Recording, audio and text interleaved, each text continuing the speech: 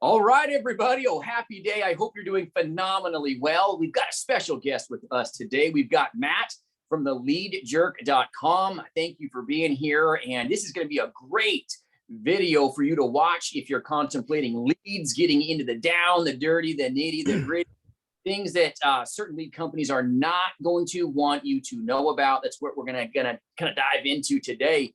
So Matt has done this a long time. He's been an insurance agent even before doing lead generation. But without further ado, Matt, thank you, buddy, for being on here today. Man, I appreciate it, Jason. There's no better time to do a recording like this than today. I think a lot's going on, a lot's changing in the insurance business, specifically on the back end for lead generation. So hopefully I can get some, further information out there to guys that there's just not being publicized right now, and bring target these guys back into kind of what they need to pay attention to when they're out there working, keep protecting them and letting them write more business too.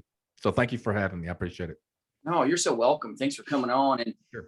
Leads are important. Leads are the lifeblood of an insurance agent. I mean, you've been an insurance agent for a while too, and only get so many referrals, everybody. You can only get so many referrals. It sounds great, but you will eventually run out if you're a good agent. Okay. You're not going to do easy. You need volume. And to have a good lead vendor is very important. So a lot of agents, as you and I've talked about too, Matt, get involved with lead vendors that I call them unvetted lead vendors. Yep. And it gets a lot of agents into trouble. They get into litigious situations where they get in lawsuits. Absolutely.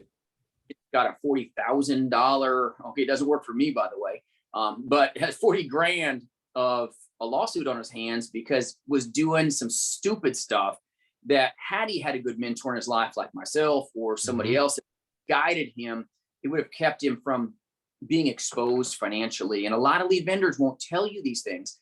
A lot of even IMOs won't, because they're like, whatever, you're cannon fodder, dude. Go buy leads and see what happens. They don't care. I care immensely, of course, even ones that don't even partner with me in my national agency, jasonfinalexpense.com. We do a ton of work.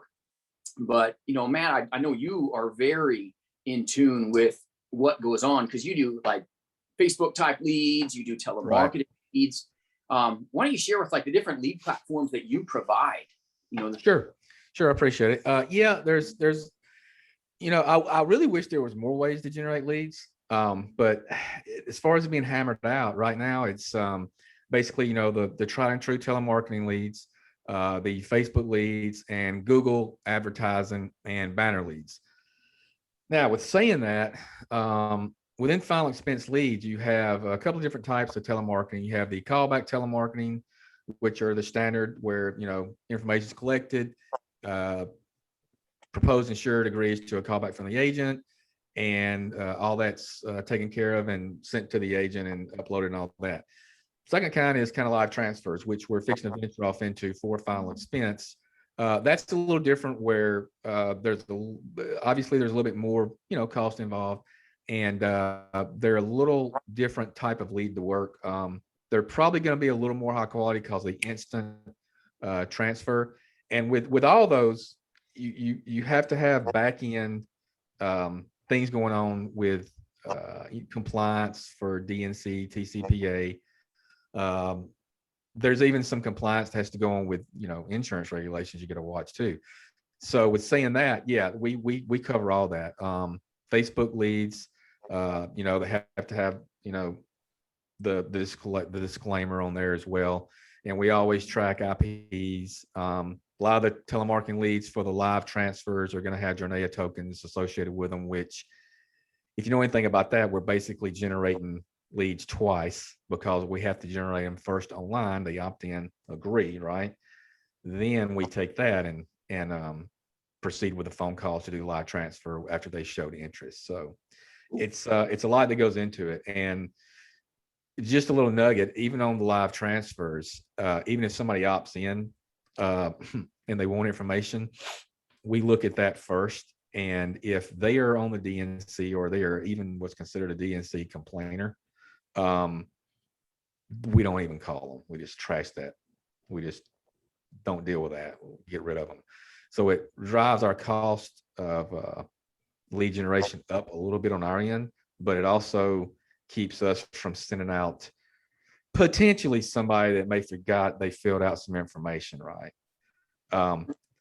And with any compliance, all you can do is protect yourself. Nobody can tell you you're never going to get a demand letter, but and that's with any lead, online, telemarketing, email, whatever. But if you've got somebody that's got the documentation to say, hey, actually, they filled out this form on this date, here's their IP, here's a Jornaya token, which is a third party security firm that documents all this, they don't have a leg to stand on. So those go away. That's huge. Yeah, so it's huge. So you're scrubbing against the DNC hard. It sounds Hard. like for your content leads, you're scrubbing against, the litigators list as well, like these known winners that just are like waiting for you to do something stupid and clock you. Right. Lee? We also do something a little different. There, the number's checked, okay, but for validation that it's a real phone number, right? That it's not a spoofed number, right? That they have given us, okay? It's a real number before it's called, and we do name recognition algorithm back-end scrub, which means there are some litigators out there that use a fake name, fake age, fake address, fake number. So we tend to catch all of that sometimes on even a list of that we're looking at before we call, because it's a constant thing of running through it and looking at everything. And sometimes somebody will pop up, there'll be a TCPA litigant, it'll be a fake name, and it'll be a spoof number. So, and it's the same data, right? It's the same person. So what these guys will do is they'll pose as somebody different, right? Fake name and a spoof number. However, when the call comes in, if the lead company calls that person on a spoof number, it still registers as a call forwarded to their main number. So the call shows it's coming in their main number. Bam, they got you. So even if that number shows not being on DNC, we still catch it under a fake name and the spoof number. So there's ways they have to fool us, but we're a few steps ahead of the game with them trying to do that. Well, that's smart. I mean, the fact that, you're doing all these extra things to protect the agent force, that is not common, just to the YouTube audience. It's not. You guys want to get jacked up, go try to find some lead that's like $8, $9, $10, people. And pigs get fat, hogs get slaughtered. Okay. And it's don't go cheap, because what Matt's talking about here is something that's very near and dear to my heart, and that's called risk aversion. It's keeping insurance agents alive and flowing and going as agents. The last thing you want to do is go cheap on yourself. Okay. Get something cheap and then get litigated because they failed to truthfully scrub against the DNC list. They failed to adhere to TCPA standards, having opt-ins, all these tokens that, Matt's talking about. And some of you all be like, wow, this is just gibberish. Well, let me break it down real easy. Use the lead vendor that knows this gibberish so that you don't get the jab. Because if you get jabbed, let me tell you, it is not good. No. And all your work and, with your scrubs, I mean, data isn't cheap these days, and have you ever had, a time where you've even had to pay a litigator's claim ever? No. And here's a funny thing when you mentioned data, I mean to interrupt you, Jason, but that reminds me, data, people, and as we're filming this, November 10th, 2021, as of this day, everybody knows that we're in what's called a supply logistics chain disruption, right? It's just happening right now. Now, a lot of people think that is just relegated to tangibles. It's not.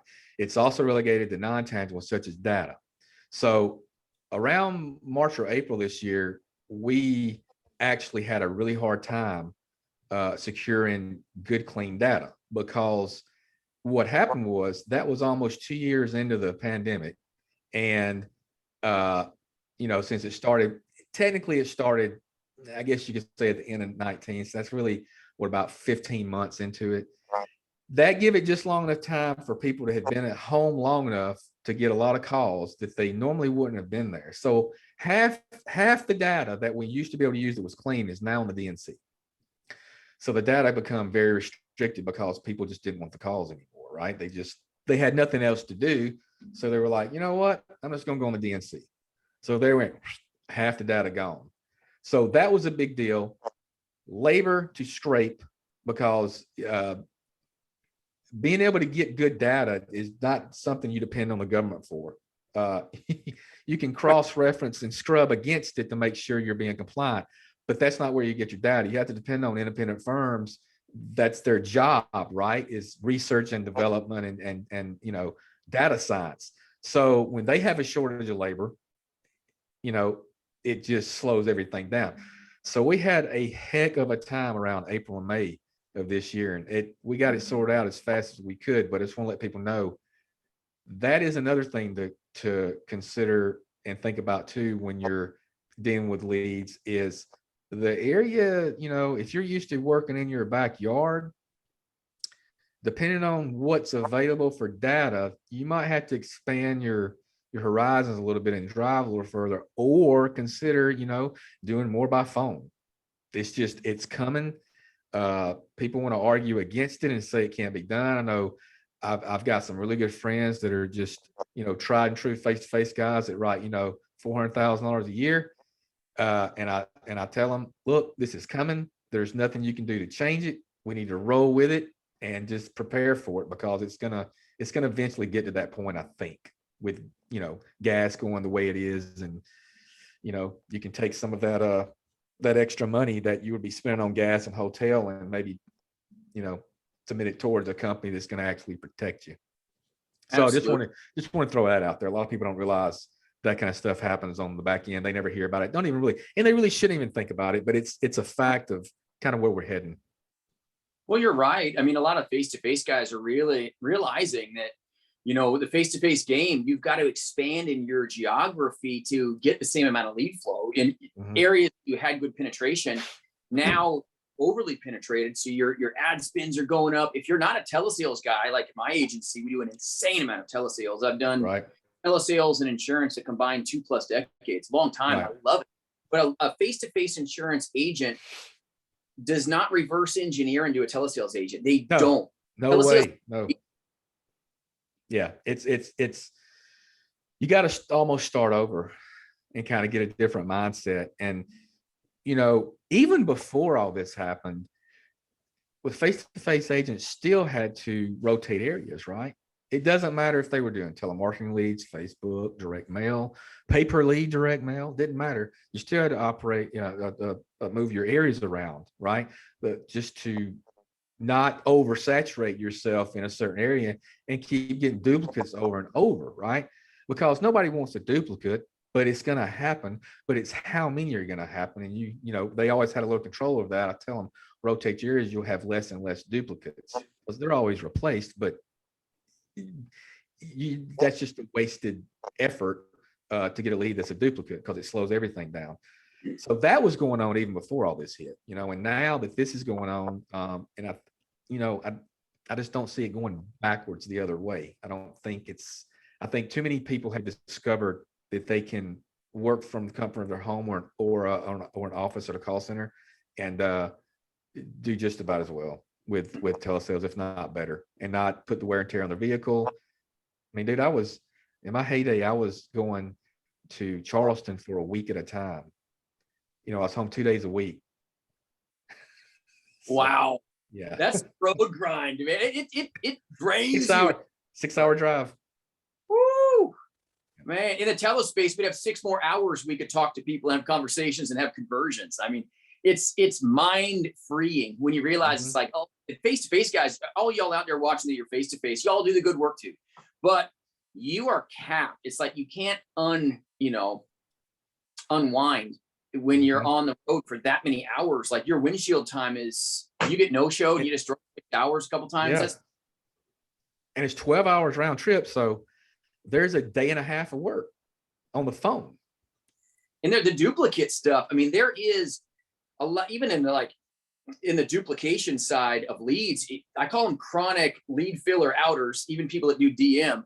The same people will respond all the time. And it's like, they're just bored. And it's like, I'm sure you get that too with any lead platform. It's just, it happens.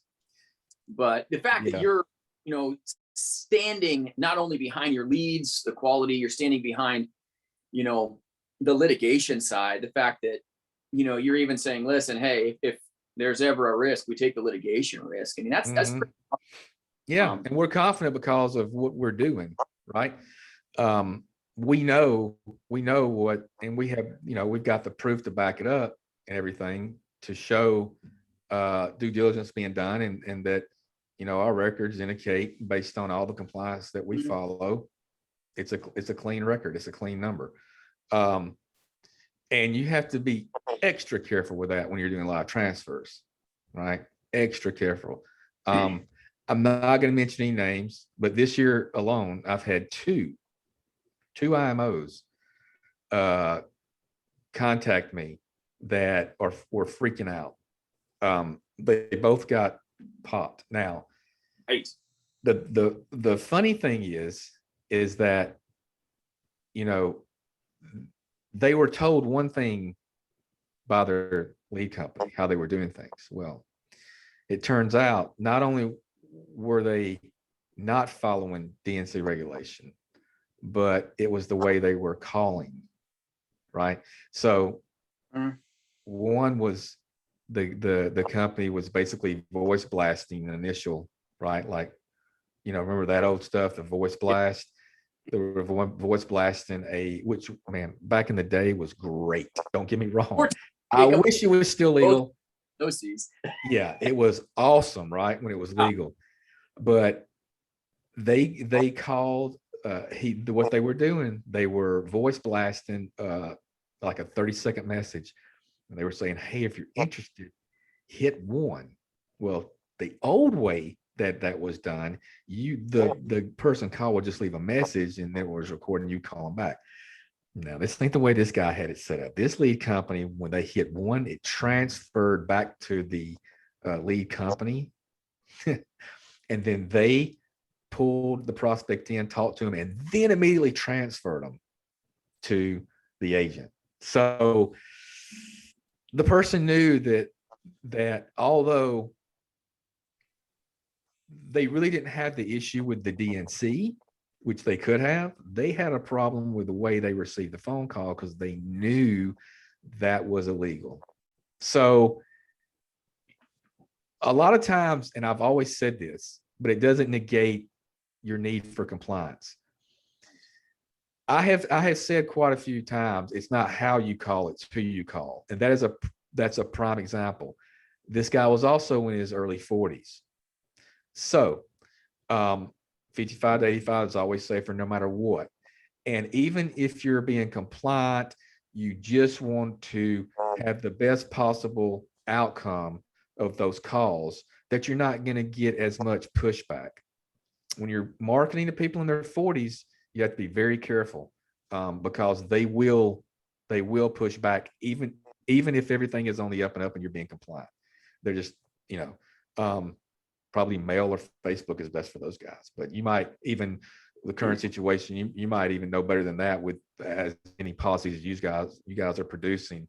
You might even have some more insight on that than I do, as far as the age demographics go and how people kind of respond to marketing right now in insurance.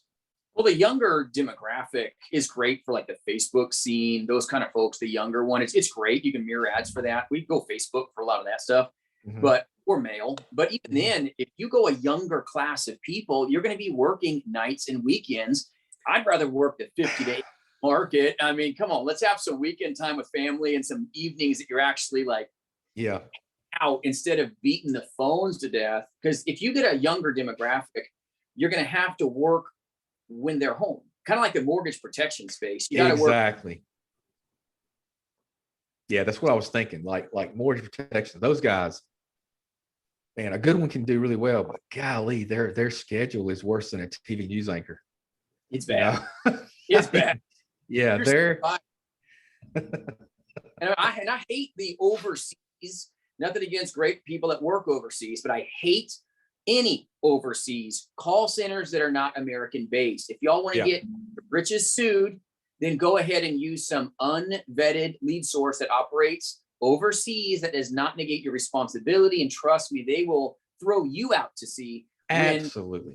when you get a litigator because they screwed up and gave you an $8 lead, $7 lead, whatever the heck They'll they're say telling. bye. Oh yeah, it's like, oh, disconnected number one, and it's like a 20-digit number, deuces, and they're in some like internet cafe, heaven knows where, and there now you're getting hung out to dry, everybody, and your career is toast. It's going to go up the food chain. Your upline, your manager, everybody on the planet is getting notified of your stupidity.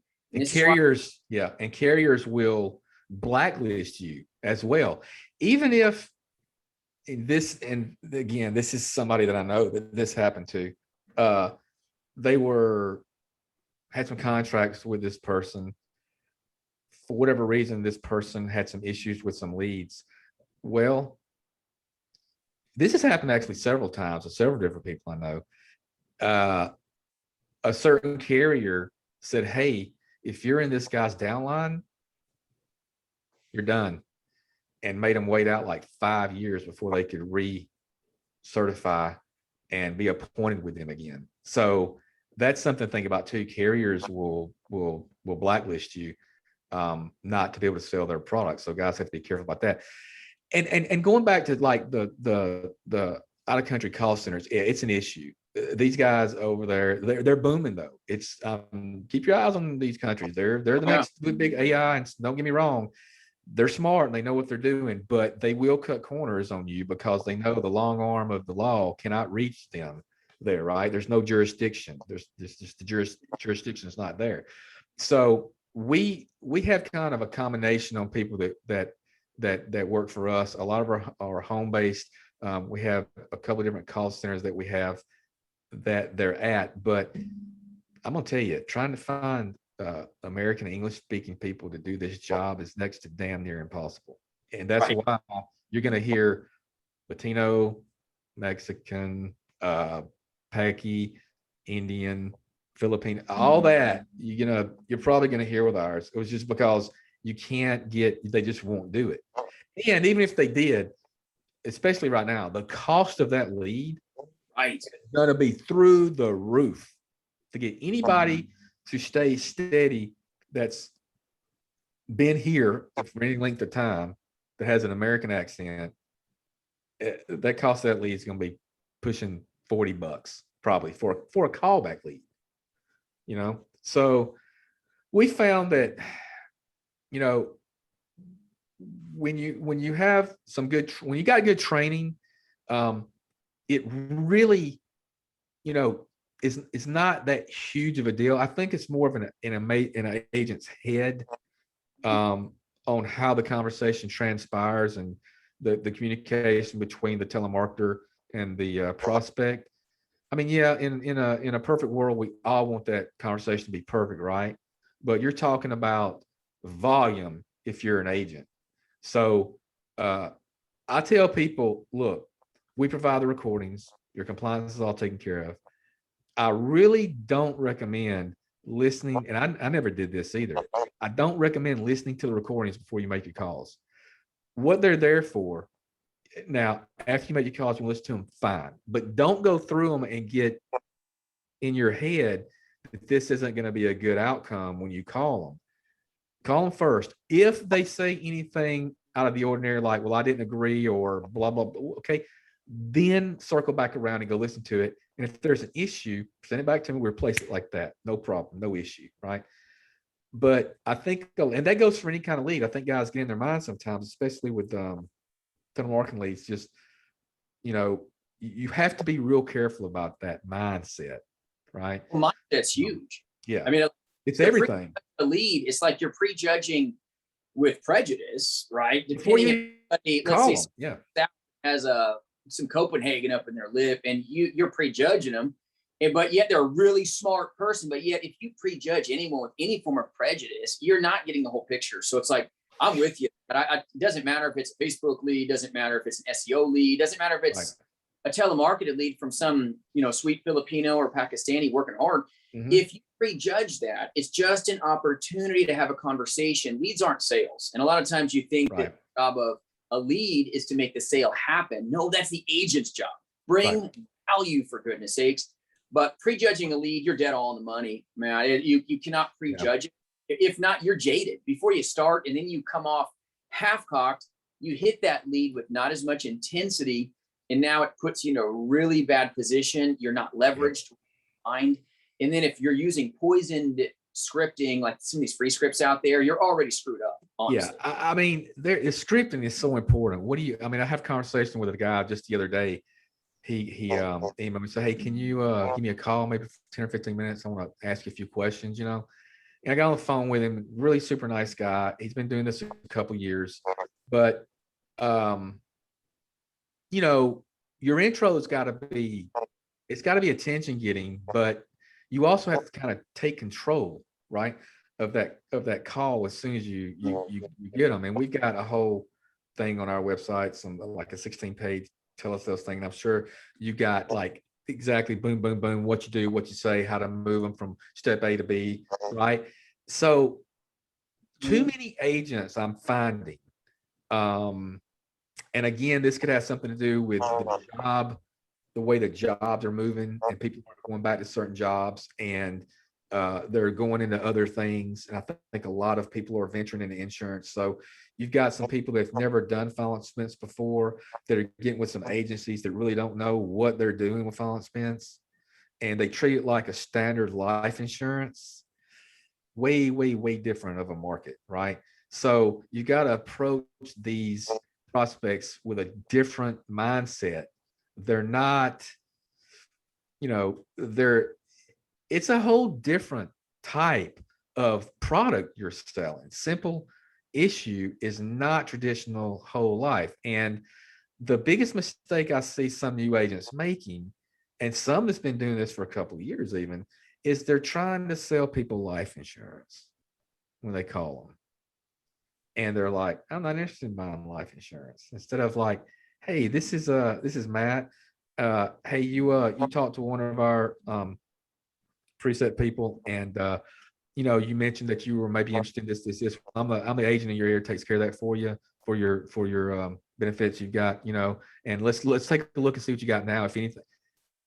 Boom, you got them. You took control and you got them. You just gotta, then it's all procedure after that and keeping them on track. Because I can't tell you the number of times I've had face-to-faces with people, and this would apply on the phone as well, where you're dealing with people. And I find the older I get, the more I want to tell a story too, right? So a lot of you young guys out there that are going out of these houses or talking to these people on the phone, you're gonna have to learn. You got to learn to be a little patient, right? So if they veer off over here for a second, let them go over there, like let it marinate for a second, and then just bring them back in. That's all you got to do, and just keep your focus on what the primary goal you want to have in the end is a signed application, right? And then protected, or replacing something that's not good for them. And I always told them too, you always have to say this. You always have to tell them, look, I cannot legally pull you out of something, right, and replace it that doesn't put you in a better position. That is criminal. So my job is to look at this company or all of these companies and show you what your options are. And then I can make a recommendation of what I think you should go with. Maybe what you've got is great. Maybe you've had the policy 3 or 4 years. You got a good rate locked in. You got first day coverage, or even if you didn't, the grade is gone, right? Now you're at first day. Would you want to add some more? You right? want to add another 5,000? I mean, adding a little more is better than not having any more, right? Just stuff like that. You might go in thinking, I'm going to replace this policy that's, they're paying $80 a month for, and I'm going to replace it with something, get them up to 100 and get them twice the coverage. But then you look at the policy and you realize, I probably shouldn't do that. I probably shouldn't touch this. I'll leave them where they're at. But I'll get you 5,000 more for $20 or $25 a month. You want to look at that? And believe me, I've replaced my fair share of policies. I'm not saying don't do it. I'm saying only do it when you know you can do it legally and morally. And there's a lot of them out there you can do that too. So absolutely. And people that buy insurance buy more insurance. Like people that own insurance, they buy more. There's a reason why they ask Yes, for lead. they got Yes, an lead. absolute itch. You just got to know where to scratch. And that's all about having turnkey systems, being trained properly. I always say, please vet your trainer, please vet your trainer, please vet your, because there's a lot of agencies that will shine you on, tell you they do telesales, give you a free script, make you book calls to talk to them. And then you find out in all reality, the person trying to train you and teach you has never even done telesales. It's a recipe for disaster. And it happens. Matt knows. Yep. And that's why I like, send agents to you guys, because there's so few trainers out there, right? There are. I can only think of a number off the top of my head, and a few. And,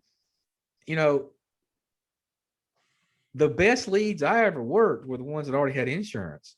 But some of the complaints you'll get as a lead generator are that these agents are oblivious, right?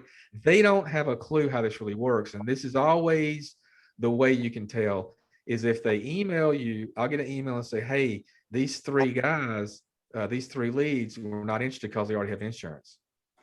That's not, number one, we never guarantee they don't have insurance. That lead I would rather have a lead that had insurance already that I could flip or get them to get more. Those were always my biggest applications, always. So, that's somebody trying to sell life insurance to somebody, right? That's not, this is like I said, this is a whole different type of industry. It's simple issue. Yeah. So with your leads, you've got, I would say never do business with places that are domiciled offshore. Okay. Right. Matt knows I can go fly out to his place. We can have a nice chat, right? He knows that business with good people that are in US soil that first off have integrity. That's important. Okay. But also being onshore. So if there's a problem, you've got backing, everyone. Like don't blow yourself up because you're going to be fine. You're going to think you're driving fine. And then you get litigated and the bomb exploded and your ears are freaking ringing because you went cheap on yourself. Don't do that. Fine. I promise you until it ain't fine. And you know what, Jason, here's the sad thing. Nobody really hears about them, right? The cases, like they're out there. I mean, there's a lot every day. There's a lot of filed. I see all of them. I see them, people litigating against banks. I see them litigating against small business. I see them litigating against insurance agents in all verticals of insurance. I see all that. And I'm telling guys, it's a daily occurrence. And you may go 2 or 3 years buying cheap leads, right? From that center and get lucky, because I guarantee you they're on the DNC, at least half of your leads, at least half. And you're just getting lucky that they don't have the wherewithal to understand how this works, right? You're lucky, but you're going to run across a guy or a girl that does this for a living, or somebody that's just sitting back waiting for you. So it's a cat and mouse game, and you got to just be smarter. And it is. That's why it's so important, everybody. Vet your lead vendors. Oh my goodness. It's so important. Like, don't get hurt. Like, you don't hear a lot about certain people getting litigated because it's like, who wants to put their laundry out in the front yard? And they always settle. It's normally settled out of court. So you don't see who gets, I call it, basically blackmailed. You don't see that. I mean, that's the guy that gets hit for a $35,000 or $40,000, case, and he hires an attorney and they get it dropped down to 10, right? But that's an easy kill for that attorney and that litigant, right? Because they're doing 10 of them a week. They don't care that you're good work. If you're helping. No, they don't. No, they don't. No, they don't care. It's like, care. They just want their money. It's green. You've got it. They're going to come after you. So it's like, not. So with your, love the fact that your stuff's so well scrubbed. And it's like, even with your SEO content, like, explain to viewers, like a lot of viewers don't even know what in the world is an SEO lead or a banner lead. Can you explain that to them? Yeah. The search engine optimization will run pages to generate leads for agents in their given area. Right now, that's like statewide only, just because it needs to be a larger area to be effective as far as bringing in leads on a continual basis and not have to wait 2 months for them all to show up. So that's where you keyword target people that are actually looking for final expense, right? Or burial insurance. That's directly on like Google. Then we have publishers we deal with that will take that same kind of ad, convert it to a banner graphic, and place that on partner sites that may not be directly associated with Google, but they're Google partner sites that some of us probably have never even heard of, right? Other search engines that Google has their fingers in, other info pages that Google has some kind of ownership in. So it's all Google based, but all of them aren't directly on Google. Majority of them are, but that's kind of how that works. And getting all that out there for people that are searching for it, it pops up. The one thing we don't do, we don't retarget. I think that's kind of stupid, unless you're doing the Facebook for yourself. We don't retarget on any kind of SEO or Google PPC ads that we do, because I don't feel like, following somebody around for that. I just, it sucks. You have to buy it anyway. Let's be honest, right? It's a fact of life. You're going to need it, but I just don't want to follow people around. If they are presented with that and it's an impression and they see the ad and they choose to go forward and fill it out right there, that's fine. But even if they click on it, they don't fill out their information. We have that cookie and we can follow. I don't want to retarget that. I don't want to be following around with the ad popping up on their phone if they have one, or if they're looking at something else online. I just don't want to do that. But some people say, you're crazy for not doing that. Look, we're generating this for other guys, right? Not for myself. If it was for me, it would be different. But I don't want to be retargeting people that are being pushed and pushed and pushed. Fill this out, fill this out, fill this out. Here's that ad, here's that ad, here's that ad. I mean, to me, I don't have control of that lead once it's generated. Again, if it were for me, I could probably work through any kind of pushback because they were presented with that offer so many times. But for the agent, I don't know them personally. I don't know how good they are. If that person's seen that ad 10 times and they say, damn it, I'm just going to go ahead and fill it out, and they do it, I think that kind of lessens the quality of the lead. Well, buyer intent goes down. It's almost like a point of frustration. It's like, and the fact that, you were an insurance agent, Matt, that's big, because a lot of people that do lead generation have never been an insurance agent. And let's face it, everybody that's watching, insurance agents, we're different cats. We are, okay? And to know what an insurance agent would need from a lead is different when you've been in our shoes. Okay, Matt and I have done this a long time. When you've been in our shoes and have done what we, have done in our careers, and what I still do every day, it's a different animal than someone that wants to make $2 off you to sell you a lead, and they wash their hands and go, see ya, I don't care. I gave you cannon fodder. Have a good one, buddy. There's a difference in the content, right? In the way it's scrubbed, the way it's acquired, the way that it's not just constantly being beat up just to get a name and a widget to sell at 2 cents less. But then you have to spend so much more on leads. It'll frustrate you because a lot of lead zero buyer intent. It's your job to build value. It's your job to script hard and give them what they want, which a lot of agents do lack just from not being trained right and coached right. Yeah. Because different key systems. But if you have a crap lead, it makes your job even that much harder. Yeah, and in saying that too, there's this theory out there, and this has been pushed since Ogilvy, right? The one of the main guys that wrote the sales books back 100 years ago, right? Just awesome guy, really knew his thing about sales and marketing. But there's this thing that's been pushed, for probably the last 75 years from New York and all the advertising agency, that hey, you really need to hit and punch and show these ads this many times, and you need to switch up the ad because there's this thing called ad fatigue. I don't believe that. I don't believe there's a thing called ad fatigue. I believe there's either interest or there isn't. So if I'm mailing to somebody, I hit them once. If they're interested, great. Now, will I ever mail them again? Probably, but not the next month. I'm not going to change an ad up and keep resubmitting it because I think there's something called ad fatigue and people see the same thing and they get used to it. That's stupid. I mean, when I go online and look for something, right? If I'm looking for something and I see it, I'm going to click on it and I'm going to look at it. And if I want it, I'm going to buy it. If I back out, I'm not really that interested, am I? So it's there's kind of a gate there too, to keep some people from just filling out information just to fill it out.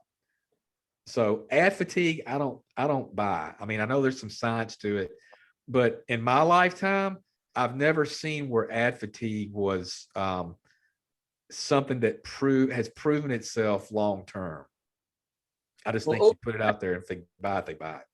Well, oversaturation. I mean, I've done face-to-face as well. And some of my face-to-face guys, we use this same exact direct mail lead that I've used umpteen years ago, plain vanilla, that dog hunts. It's like there's no reason. There is no such thing as ad fatigue. I can mail the same 1,000-piece mailing as long as I don't mail it like you're talking about every stinking 30 days. As long as I delay a little bit, there is no ad fatigue. They see it, they mail it back by an act of God. You get a call and a connection and an opportunity to go serve them and go sell them what they want. But there's no ad fatigue. It's just algorithms. They're algorithms off, I think. You know, would you agree with that, man? I mean, you know more about lead gen than I do, brother. I did a lot. Yeah.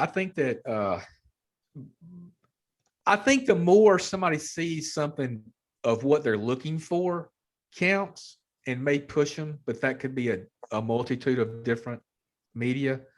But I think at the end of the day, when you're specifically talking about internet leads, and even Facebook, because Facebook is kind of weird. Right. It's kind of a double-edged sword on that because you're using interruption marketing, but at the same time, there's reasons why that ad is being shown to somebody. They searched, this is kind of creepy, but this is where Facebook is pretty strong on this kind of stuff. It's all legal, but you got Facebook, they know where else you're going, right? On Google, on your website. You ever wonder why you're searching something and then you see that damn ad on Facebook pop up 10 minutes later? That's why. Facebook's in the data business, guys. They're not in the social media business. That's why they just changed their name to Meta. They're fixing to move out in all kinds of stuff. So it's interruption marketing, but it's based on interest, right? So that's what makes it kind of cool. Google kind of does something similar, but it's more keyword related, I would say, on your history of what you've been looking for as well. But Google is not so much interruption marketing because there's no feed. Right. You're not looking at a feed. You're seeing a static search screen. So there's the difference. And that's the big takeaway for ad fatigue, in my opinion, is either they want it or they don't. Is there some influence from just being out there over and over? Obviously, but to say that you have to change an ad up and do retargeting to somebody because of ad fatigue, because you're worried they're going to see your ad over and over and just not respond, so you follow them around the internet to get them to buy something. I don't know, man. I just in my experience, that's always been kind of a weak way to do things. I mean, even when we do our YouTube ads for the lead jerk, I've got it paused now because there's some things that have to be done to change what's transpired the last 2 years and the algorithms, the way they do things, because we all know Google never keeps things the same for more than 30 days, right? So, I never really retargeted people on that. I could have, but I set it up where they could see the ad twice and then they're done. They got 2 impressions a day if I was lucky, if it found them out there. But it was only based on what they were searching for on either Google or YouTube. So I was only going after those people like that. But I didn't do any retargeting. I just showed them the ad X amount of times that day. And I said to myself, hey, if they see that impression this many times, or they watch the video this many times in that 24-hour period, they're done. They won't see the ad again for 60 days. And it's So smart. yeah. Then we did direct mail back in the day, right? You're just broadcasting it every 90 days was my algorithm. I don't know what yours was, but typically every 90 days, hit the same zone. And you get maybe one or two Z chronic lead filler outers. It would still pop. I'd still knock the door anyway. I'm like, hi, it's me again. It's like, so frustrating. Sometimes they remember, yes, sometimes they weren't. And, sometimes you get the card and you're like, man, this guy again. And on all leads are that way. Like Facebook leads too. Yeah. You guys do, like, yours is more funnel based. Facebook. How is yours? Like, explain to the audience, like, the level. Yeah. So basically it's just, it's an ad, and as a matter of fact, in one of our videos, we actually show the ad, what we have out there. And it explains, hey, this is about final expense and burial insurance, for whatever state they're in, right? So it designates that. They fill out the information, they see the disclaimer, and they hit submit. Then it's automatically generated. We have the IP. All the TCPAs follow because of disclosures, and the agent gets the lead. It's pretty simple. They get if it's a local lead, they get a door knocking lead. If it's statewide, they don't. They're not going to need it. They're going to be doing that over the phone anyway. So they get a PDF door knock lead. And at the same time, there's probably around 200, 250 ads that are built, right, for that agent. But that's why sometimes ads won't start running on Facebook right away. Number one, they have to be built. We just don't have some template we plug them into. We do use a foundation to build them on, right? Because we don't want to be starting from A to build out Z every single time. So we have an idea of what we need. But it can get kind of tiresome. It really can, with keeping up with the way that Facebook wants you to do things and their algorithms. But they've been good leads, when those ads hit, and it's taken a little longer sometimes for the ads to get approval than what it used to. So normally back 3 years ago, those ads would have been approved in 24 hours. Now it's taking 48 to 72 sometimes. And ad campaigns get rhyme or reason.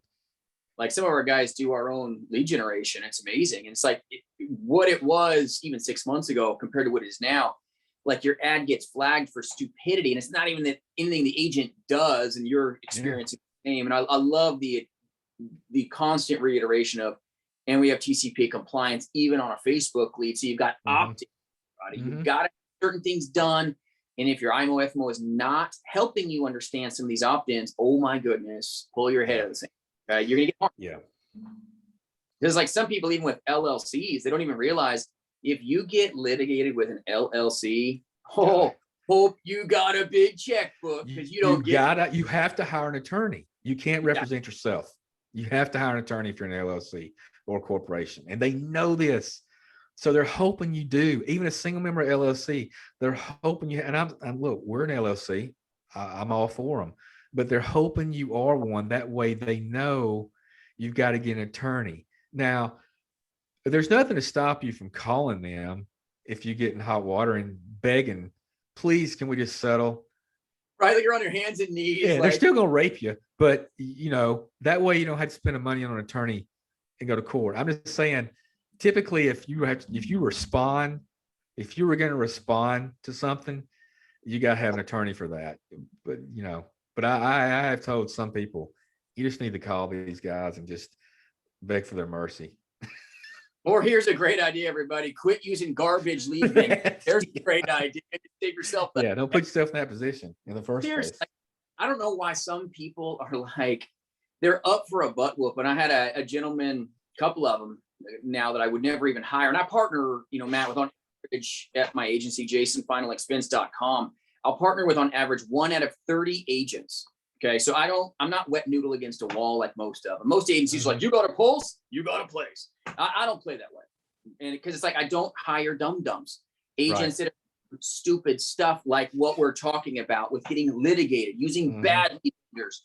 using overseas lead vendors that are not American-based domiciled, places that don't indemnify agents, okay, against the, like Matt does. Huge, huge. I hope y'all are listening and taking notes. Do not overseas lead vendors that will not indemnify you and back you up. Everything's fine until it's not fine. And when your ears are ringing and you get smoked, don't say I didn't try to warn you. And Matt here is not trying to warn you of the risk, because this is look, I don't care. I want more business, obviously, but I don't care if you buy from me or somebody else. If just whoever you buy from, make sure you ask them these things. I mean, make sure that, and there's very few that I can think of off the top of my head that are doing it right. And you know, this kind of goes back to also, you got to be careful with age leads too, right? Because if you go to a company and they're like, hey, we've got these tow leads that are scrubbed and good to go, right? For over 90 days. Because the TCPA, even if they're generated the correct way, there's only 90 days there, man. Like you only got 90 days protection, even though a Jornea token, if it's like with a live transfer like we do, even though they guarantee it for a year, right? Well, they guarantee that token is accessible for a year is what pretty much that means. The TCPA is after 90 days, man. They got to re-opt in. So think about if you buy age leads from somebody and they're totally legit, right? They're DNC, okay, they're good to go, but they go on the DNC, right? After that 90 days, and you are the new guy calling them. Where'd you get my information? Well, this right here. Now, is it gonna happen? Probably not, right? But it can. It can. And they're totally within their legal right to sue you if you call them and you're not within that time frame and they go on the DNC. Or if they opted into something, even if they're not on the DNC and you contact them after the fact, you got to be careful about all that, because they can still raise a stink about that and say, well, you're calling me and I only submitted this one time. You know, where did those leads really generate? Is it a cold call lead, telemarketing, or was it an opt-in lead that was turned into a callback or a live transfer? All that kind of stuff you got, you know, that's why you got to be careful even buying age leads. You got to know where they're coming from. And here's one thing I'll say. If you're with a tele company and you're not sure if your leads are compliant or not, you're more than welcome to send them to me. All I need is a name and a phone number. I don't need their address. I don't need their state. I don't need any of that. I will scrub them for you a couple of times and send you back a report and tell you, hey, out of these 30 leads, these 10 are DNC. This one's a TCPA. And that'll blow some up. What? Yeah. Right? So it would be real interesting to see how many guys out there actually lose sleep at night after they do that. Oh, absolutely. Because it's like you're walking onto a landmine and you don't know if you're going to get just like blasted with pieces everywhere or not. And if you're purchasing age data, always make sure it's TCPA scrubbed after 90 days. I know there's a couple agencies that I know of, Matt. It's disgusting, but they're telling their agency to go buy like old aged direct mail leads and use that for telesales. I'm like, are you? My head explodes. Seriously. You can't use it for face-to-face because you got to call and get an appointment anyway, right?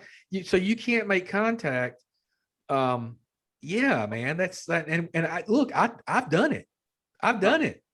I had no clue that when I worked age direct mail leads 7 years ago, it still applied. There was still compliance there that you had to watch out for. And I know what they call B leads and all that kind of stuff really helps some people get off the ground, but man, you got to really you really need to, if you're buying age direct mail, you really need to scrub it. I mean, you need to get an Excel spreadsheet with that. If you get them in a PDF form, you need to ask for the Excel on that too and scrub it yourself and see and just make sure. They're not going to do that though. Of course, I know. Yeah, but it's shocking though. I've seen IMOs, FMOs that even I've talked to that have given their agents this instruction: just go buy a bunch, just go bang them, just bang them. And they're, oh my, 3-year-old data they're passing off as a lead, and they're beating it hard. It's like, or they have their own stock of age direct mail, right? And they're selling them and reselling them and reselling them and reselling them. And I do know there have been TCPA cases on that from a direct mail lead that was old. absolutely. Just as a DM doesn't mean you're going to get out of jail free. You're in too much hot water. That's, please vet your trainer. Please vet your, yeah, you got to. And vet your lead vendor people. Like, don't go cheap on yourself. It's not worth it to save $3 on a lead and then buy some piece of garbage lead that was legal 12 years ago and isn't legal today. Mm-hmm. Because we still got companies that contact us asking us about avatar leads. I'm like, those were outlawed in 2016, Bubba. You know, right? Yeah. Avatar. So, I mean, they were great when they were around, right? But like everything else, you know, there were some changes made and they outlawed them. So, you know, there's still companies out there that sell them. You can Google final expense avatar leads right now, and there's companies that'll sell them to you. Mm-hmm. And instant lawsuit. They're probably overseas, wouldn't you say? I would say, yeah. A lot of companies contact us like that are agencies or whatever, for whatever reason. I don't know really what they have going on. But the last one was some company in India, and they were talking about avatars, and I'm like, okay. Normally I just hit delete. I said, I'm gonna mess with these guys a little bit. So I emailed them back and I said, hey, you do realize those were made illegal in North America in 2016? Well, actually, they want to respond. Well, actually, no, you can do it for surveys and polls. And I said, that only applies to politicians. That's only political or a nonprofit survey. Okay. That's the only way they're legal. Same thing with Press One broadcast. That's the only way they're legal is political or surveys for nonprofits. And they shut up, you know. So that's the bull crap that they're going to feed an agent that asked them, right? They didn't know that I was the lead vendor. They thought I was an agent only. So they were saying to me, oh no, you're safe. Here's why. They're flat out lying. They don't care. They don't care. And, you know, this comment about what you're talking about cheap leads, we were at $18 a lead before the pandemic. Right. We went down to $9 a lead, and we held that from April of last year to April of this year. And we had to go back up. We had no choice. And, you know, I'll get emails from some people sometimes, some agents, they're like, well, your leads are 14, man. I can get a similar lead with same kind of information for 9. I'm like, yeah, you can. But here's the deal. And I'll tell them, by the way, if you're not happy with 14, you sure as heck aren't going to be happy probably in about 3 or 4 months when we go back to regular pricing. Because I won't be able to hold pricing at this rate, you know, for another year. Data's went up, and just inflation, period. Things are going up. And I don't think it's too much should be too big of a surprise that a company that dropped their lead price in half to try to help agents is going to have to go back to their normal pricing after this kind of stuff starts evening out and everybody gets their head back on straight, right? Well, so data, that's what we're going to have. Data is important. So good data, like we've been talking about this whole video, everybody, having data that protects your, you know what, from getting litigated. Okay, you want to save $3-4, or you want to not get litigated? You want to save $3-4, or do you want to have a place that will indemnify you as an agent and make sure you don't get slapped with 20-40 grand? It's a lot easier to spend a couple extra bucks and be insured, like you're saying to Mrs. Johnson, hey, why don't you spend $30 a month and not give your family a bill for 10 grand? This same principle applies to lead generation. It applies to you, but yet we can't see the fire through the smoke here. It's like, don't have a good lead, but data costs more. Good data costs more. Crap data it may taste good for a minute. It'll still, okay, get you fed, but you won't feel sick when you've ingested it. And Yeah. leads don't know what you're doing. These leads are going to make you sick in the long game. You're going to get sued, okay, if you do it wrong. It's like, you got to have good leads for sure, everybody. But if you know how to script, you've got good turnkey methods, you're going to be able to take leads and convert. And Matt, I don't care if I spend as an agency owner, as an agent, of course, I always want the best leads for my agency, hands down. Right. Always. I always do that. Matt knows that. But let me tell you, I didn't care when I was spending $30 and $25 for direct mail leads because I couldn't, and I had massive ROI. Because it's based on skill set, everybody. It's skill set. Like, you've got to be skilled, but then it's like $1, $2 a difference on a lead. It does not matter, but to go cheap, it's not worth it. Yeah. Like, and lead flow too, right? Lead flow. Ordering often enough. And I tell everybody this when I make this statement. This is not Matt telling you this because I want you to buy leads more often. Obviously I do. I really do. But I'm telling you this, no matter who you're dealing with or what you're doing, lead flow is important. And especially now, because we've always said X amount of days before they'll start coming in. Right. That holds true more than ever now because of the way things are, right? It just takes longer, especially with good data. I can't say enough good things about the people we deal with on data. Outstanding people. And if you don't have lead flow, if you wait too long between orders, you're going to have that gap, right? So I tell people, don't wait too long before you order the next time. I mean, you can't wait for all your leads to come in because normally they're not going to all come in at the same time unless you're doing statewide. Sometimes statewide can be done in 3 or 4 days just because the vast amount of data that's there and it's just called through one time, right? And you get them all, right? But if you're not ordering enough, you're not in business. You can't. You've got to figure out how to get yourself in a position where you can order every 7 or every 10 days and just keep that going. So eventually, it's like with direct mail, right? You're constantly fueling that funnel. So you may have leads coming in from this campaign 1 you started 3 weeks ago, and then you've already put in another order 10 days into that first campaign. Well, then you may have some starting to trickle in from that. Well, as number 1 campaign is winding down and getting finished off, you've already gone over here and started number 3. So now you got 2 and 3 punching. And it just is a constant flow like that. One peters out and you're done. The second one starts producing. The third one starts getting going too. So, if you can budget that and get that going, no matter who you're dealing with or what kind of lead you're working, those are the guys that write 6 figures plus. That's the guys that are writing $250,000 a year in final expense. And you're dead right. What I train and teach when I run telemastery programs, I do it virtually across the nation. But let me tell you, you have to have lead flow. Just like you're saying, you're dead on, Matt. You're so on point. It's like you've been in my conferences or something. It's the truth though. Like you have to flow. Like I did over $51,000 in a month, basically. And it's like, that didn't happen from me buying one batch of leads, everybody. It happened because I was consistent. Like, oh my goodness, every week I had leads flowing. And then when I had a really rocking week, I invested even more halfway through the week to keep that snowball moving, because it's almost like you're trying to run a McDonald's with no inventory. It's like, you got burgers and then you sold all your hamburgers and now you're out of business. As a life insurance agent, a Medicare insurance agent, you have to keep the meat a-coming, keep the buns a-coming if you want to start a business. Every week you should be making an order every week. And I'm sure with saying that, with all those leads you had to work to hit that number, right? I'm sure you didn't fret or worry about the few that you presented to that didn't buy, right? You went for the ones that were ready and just kept it moving.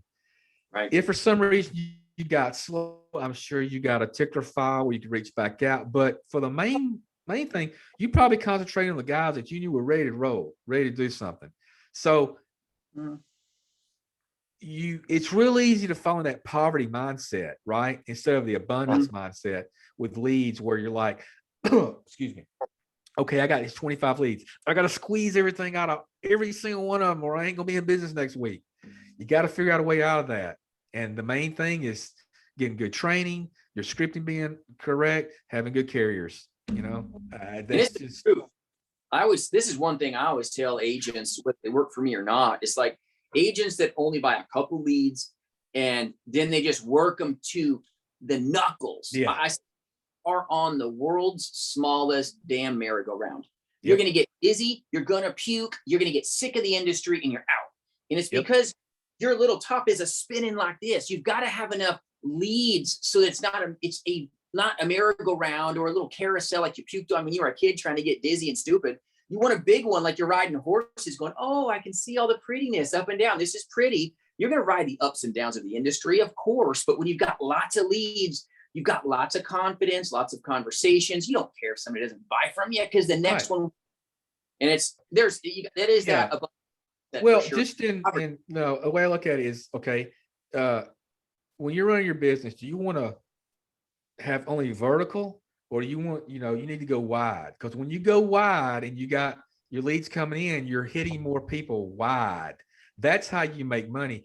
It's with any business. Real estate, they got to have leads. I mean, you ask anybody that their business, other than maybe like attorneys, stuff that is completely referral based, and you're just gonna you open your practice, you're gonna get business, right? Engineer stuff like that. That's different. But for most businesses, you got to have leads, and it doesn't just apply here, but it's one of the more important things you need to think about, especially in final expense.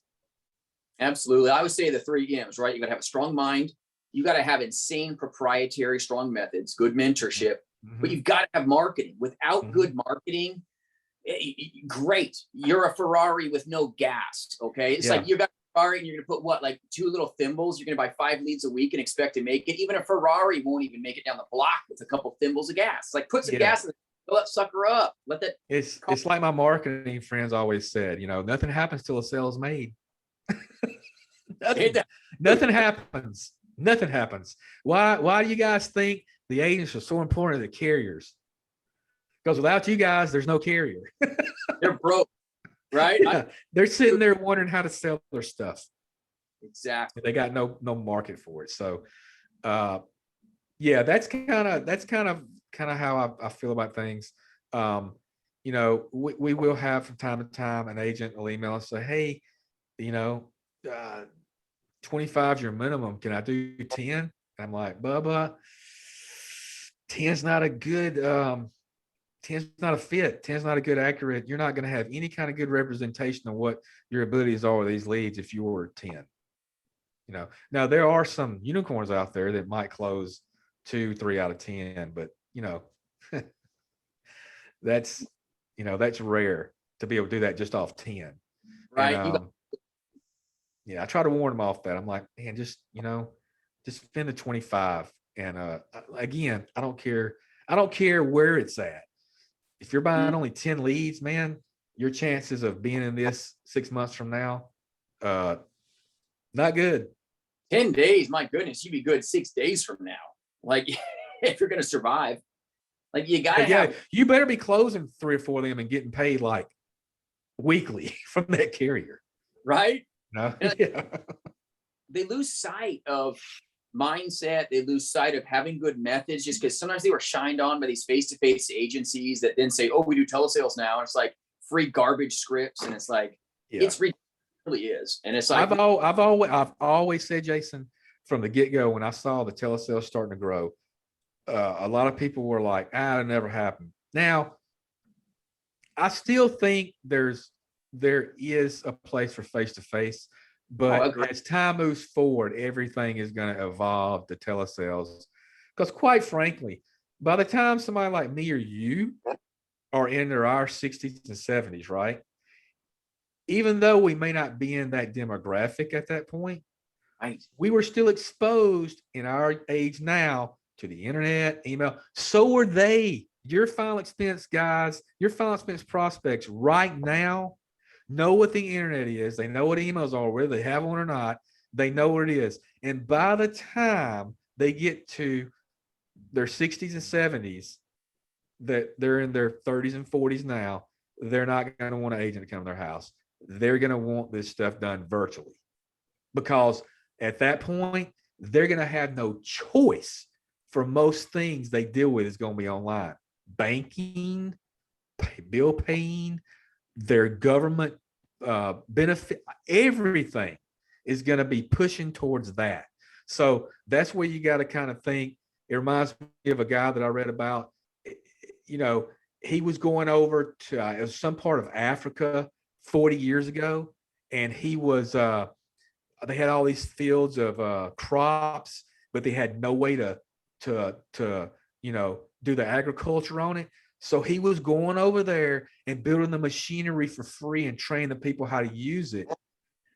And once they knew how to do it, then he kicked on the way to take it and turn it into a profit model. That's the kind of way you got to think of this. These guys are going to eventually age into being a different type of prospect than we have right now. It's truth. It's transitioning hard. I even know some captive agencies that are hardcore face-to-face till they die. I mean, that's how they are. And then with what happened with the pandemic, now they're like, oh crap. And it's like offices that were really big are retracting, huge brick and mortar. They're going, you know what? We don't really need to have you here and pay for your phone lines anymore. Go do this over there because we're going to cut cost. We had American customer service for our insurance company. Now that's gone now to the Bahamas. Clients are frustrated, but if certain places and companies know that they can squeeze a nickel and make a buffalo fart, they'll do it. Yeah. And it's happening. And that's another symptom of commercial real estate bottoming out too, because of the pandemic. These companies have figured out, looking at their balance sheets, hey, we don't have to pay $5,000 a month for this office. We can go virtual. People will be more productive. They'll be happier and they'll make more money. So, yeah, I mean, I remember going into an office once a week, which is such a pain in the butt when I first got started, and for what? I mean, everything that happened there at that point, I know there's a thing about meeting face to face. And look, I'm not saying there's that human interaction, right? But these kind of meetings could have been handled on Zoom. Oh yeah. You mean you didn't like to hear, mindless talking to listen to rah rah and book club? I mean, didn't that motivate you? Come on. Not at all. Everybody was miserable. I did that. I'm listening to someone talk for like 2 hours, and it's like, go read the book or you're not welcome in this meeting. It's like, I didn't read the book intentionally because I didn't want to be in that meeting. I want to be booking a plane out in the field. It's like, thank you, gift horse. Nope, never read it. I'm illiterate. Got to go. Yeah, I've got my own coffee over here. Okay? Got my own coffee I can make. So, right. That's the thing. Like the successful people will listen to videos like this. They'll understand methods matter. Good mindset matters, but having good leads, everybody, and good lead vendors. Okay. One is none. Okay. I'm telling you. Two is one. Yep. But having a good vendor, that's why it's like, even with Matt here, he's got multiple lead platforms. It's not like, just one. Okay. And that's the nice thing. He's got the Facebook leads. He's got the SEO type leads. He's got the telemarketing leads. He's got different avenues. And it's not, if you're in telesales, there's going to be different platforms they're going to want to, use. Okay. And that's where it's like, if they need help, they can reach out. And something else, Jason, to be said about that. I mean, I want to, there's some companies out there that are just grown into monsters, right? They do real good. And with lead companies that just go kinetic and get huge. I don't want to be one of those guys. I don't want to be that kind of company. I feel like we're more of a smaller boutique type lead company. I know where my nut is, what I have to meet. I know where I'd like to be in earnings and stuff like that. So, I'm not saying I don't want to grow, but I think I think something happens with companies when they get to a certain size.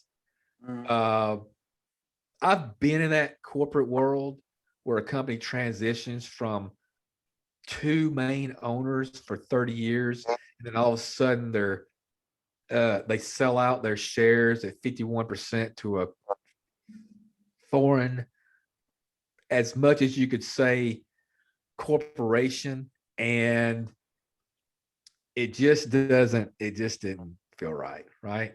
So I don't want to ever get to that point to where I'm doing so much business to where I feel like I need to sell out, because I think it's what it is. It's a sellout, because everything usually goes downhill for the customer, which are agents, when that happens. Everybody knows the company they've dealt with that grew, and the service and support sucks compared to what it was before they ever got that big. That's kind of just a personal thing I want to put out there about me. I'm not interested in being that huge multi-million dollar lead company. I'm just not. I think there's too many mistakes that are made. There's not enough accountability. And I just don't think there's a personal touch or caring. I can't bring somebody in here if you get to 50 or 100 people. I can't bring somebody in to run back end things the way that few of us do now. And really, you know what I mean? I mean, you kind of have to be born into it almost. Yeah, somebody could be trained, but they just don't get it. So nobody cares more about your business than you do. Yeah. I don't want NPCs. I don't want NPCs. No. And it's true. I see this even with IMOs and FMOs that, I'm not into having the asses of the what. Okay. I'm not about, I don't need thousands and be detached from my agent force. I look at my agent force at jasonfinalexpense.com. We are like work family. I will not get so big that I lose touch. Right. Make my agents go book on a Calendly to come talk to me. I'm not going to make them book times. Yeah.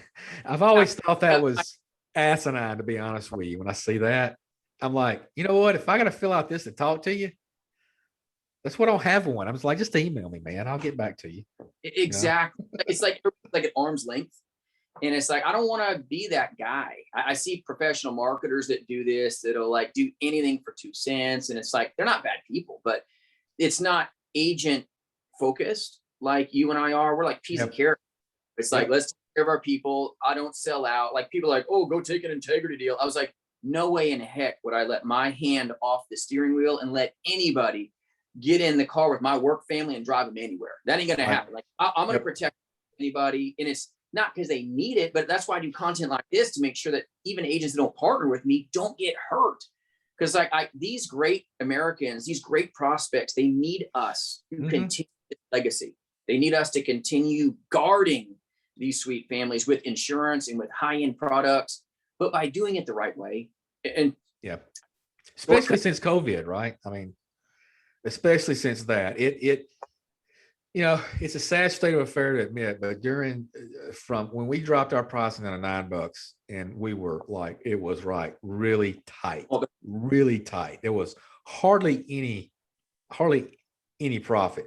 So at that point I was like, we got to work off volume. We're going to have enough coming in to work off volume. And we got lit up. And I think a lot of it had to do with not just that, but I think a lot of it had to do with insurance was such an important thing to the 55 to 85 at that point, because they were looking around seeing what was going to happen, right? They were like, am I next? Right? So they were just getting insured. So I think, now more than ever, people are it's on their mind. And I think that's the truth. It's like it did propel a lot of people just out of I have to now.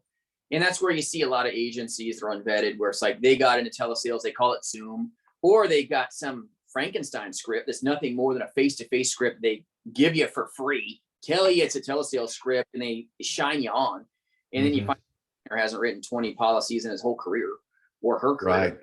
It's like, that's where I care about agents enough to say, please vet your trainer, vet your lead vendor. You care about them too. The fact we're not going to get, we're not interested in being a sellout. No, not at all.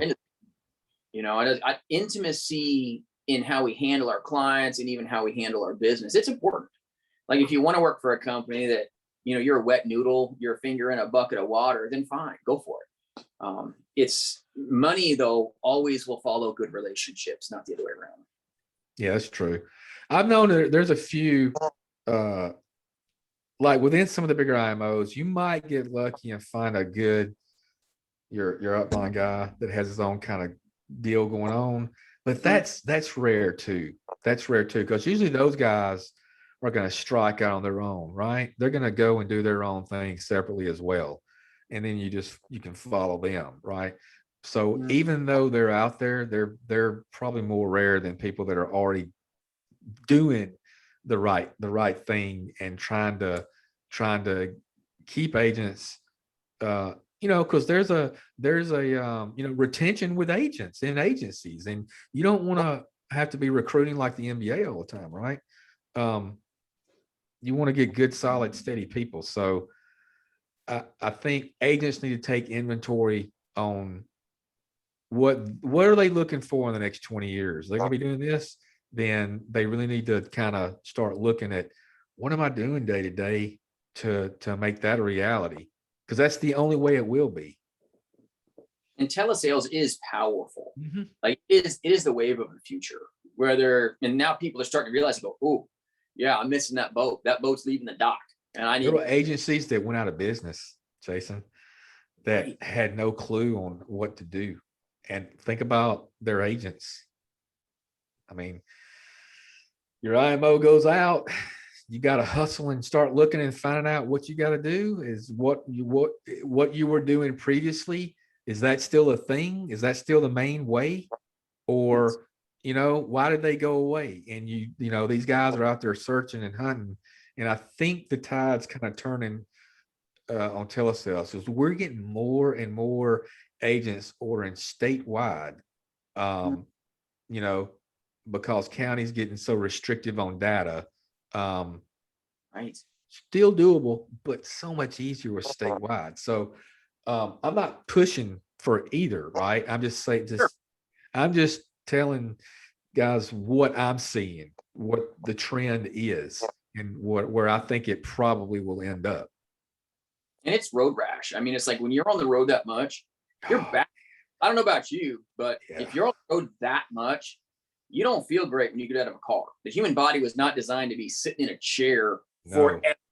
I no, mean, and it's yeah, that'll wear you out, right? I tell people, if you're doing final expense in the field 3 days a week, it may not sound like a lot, but then you got those other 2 or 3 that you're trying to do administrative work, take care of chargebacks, get people's billing corrected, right? All that you got to do. And I tell people, if you're out there hustling 12 hours a day in the field 3 days a week, that is a young man's game. You will not be able to do that for 30 years. It's not going to happen. it's rare. You're a rare breed if you can. I Yeah. mean, I and mean, you're thank going God to be beat up. You're going to be beat up. you are. I mean, you do 30,000 miles a year in your car, you're going to be going through some cars. Yeah, You, wear and tear, tires, oil change, repairs. Yeah, that's a lot of people don't factor that in either. So think about that, extra money you can but put into leads and marketing. yeah, I mean, that's yeah, powerful. Like in yeah, the production, instead of like driving around like a chicken with your head cut off to have 5, 6 appointments, why not just work? Instead of booking yeah. appointments, just make sales. I mean, that's bonus. And look, you might know more about this than I do, but I know there's technology out there that these carriers do, and the agents like the agencies have, like you have, that make it an easy transition for guys, right? So if I'm a face-to-face guy, what would you say? Not to put you on the spot, Sure. but what would you say? Hey, I've always done it this way. I'm an old school guy, but I know I'm tired. I got no problem buying leads, but what do you tell that guy? Well, I always tell them first off, reach out at my website, jasonfinalexpense.com, and I'll have a conversation with you. You not have to book a dang Calendly. Okay. If I'm not on a Zoom or helping my work family, I'll call you right Right. away.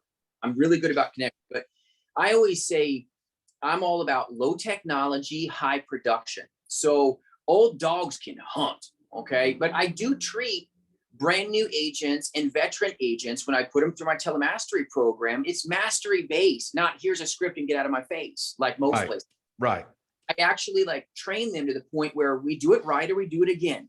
We do it right or we do it yet again. It's not a big deal, but I'm going to make sure that an agent is so proficient before they ever put themselves in a place of outlaying capital and then falling over their faces on a lead. I'd rather trade, like really give them a trade where it's like a face-to-face agent knows what they're doing, but Telesales, you can reverse engineer into the face-to-face. It's powerful because we've got so many different techniques that are just explosive in homes.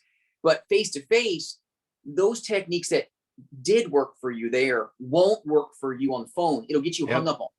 And it's so an agent that's a veteran, I invest a lot of training into them, but I will never disrespect a veteran by cutting corners and assuming that they know something that they may not. I'm going to treat everybody like water's level. I'm going to train everybody like we don't know what we're doing until you prove me wrong, and then let's go, right? But I make sure that I'm very methodical. Everything that I do is turnkey systems for agents so that when I'm done, it's 5 days straight, or they fly across the nation and are with me all day. And I mean all day, working lunches. It's intense. But when we're done, 75% of my agent force that I train through my telemastery program, if they purchase leads, all of them, 75% of them that buy leads after being trained will write business their first day. And that's not industry norm. And it's because that's good. Yeah. It's cool. Invest into the agent force with true training, not here's a script, here's this, go self-learn, go watch it on a website, hope you make it, go have somebody that doesn't know what they're doing teach you. No, I train everyone myself intimately, and it's mentorship based. It's not, and agents have to eat, sleep this stuff, man. Like you gotta have and it's good to have like a group, right? Like a cohesive, like we're all like in this little, we got our group. This is our clan, our tribe. And this is what we're all going to do together. Right. And man, that is really important. Really important. We're like agents. They kept me going. It's big. Like they know that they need me on Eastern time. They got me. They need me on the weekends. I help them. Like if they're willing to work, I'm willing to back them up. Oh yeah. And our guys and gals, we feel the same way about each other. We actually enjoy each other's company, right? Go figure. And it's like we like what we do, but we're like the special forces of telesales. We get crazy stuff done. We don't need thousands. We can have hundreds and be like, wow. And what they do. I'm so proud. Seriously, I'm so proud. Yeah. I mean, it's not an easy task to put together what you put together.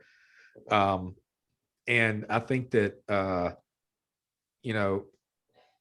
hopefully this kind of information keeps getting out there to guys, because there is a need for trainers with final expense. Now more than ever, I really, like I said, not to beat a dead horse, but I've really seen the need for it more in the last couple of years than I have ever seen.